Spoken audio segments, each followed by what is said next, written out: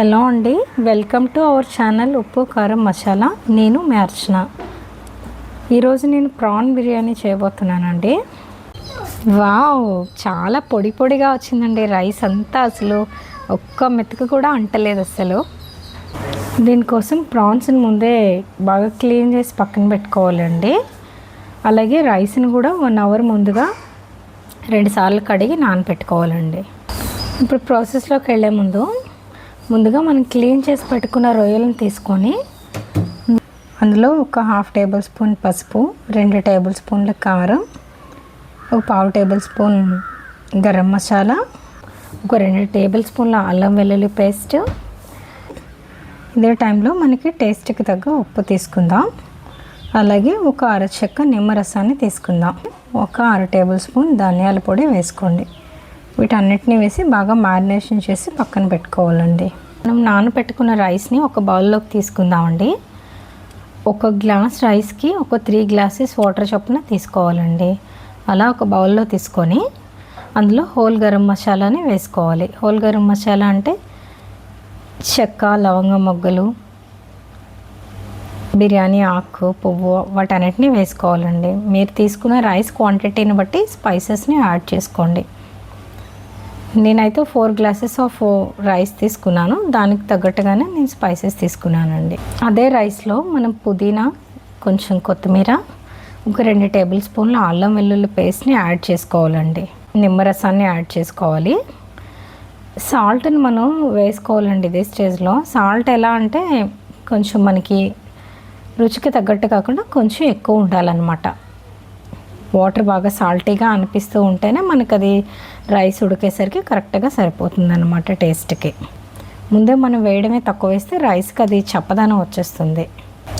రొయ్యల కూర చేయడానికండి ఒక ప్యాన్ తీసుకొని ఒక 3 టేబుల్ స్పూన్ ఆయిల్ వేసుకొని అందులో ఈ ఆనియన్స్ వేసి కొంచెం గోల్డెన్ కలర్లో వచ్చే వరకు వేయించుకోవాలండి.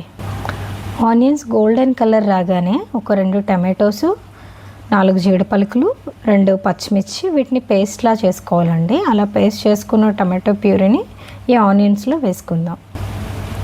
అలా వేసుకున్న ప్యూరీ పచ్చివాసన పోయే వరకు వేయించుకోవాలండి. అలా వేయించుకొని అందులోనే మనం కొంచెం కారం, సాల్టు, అల్లం వెల్లుల్లి పేస్టు, కొంచెం ధనియాల పొడి అన్నీ వేసుకోవాలండి.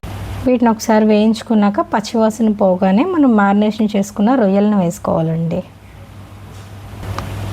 రొయ్యల్లోని వాటర్ అంతా బయటకు వచ్చి గ్రేవీ అంతా దగ్గర అయ్యే వరకు బాగా ఉడికించుకోవాలండి.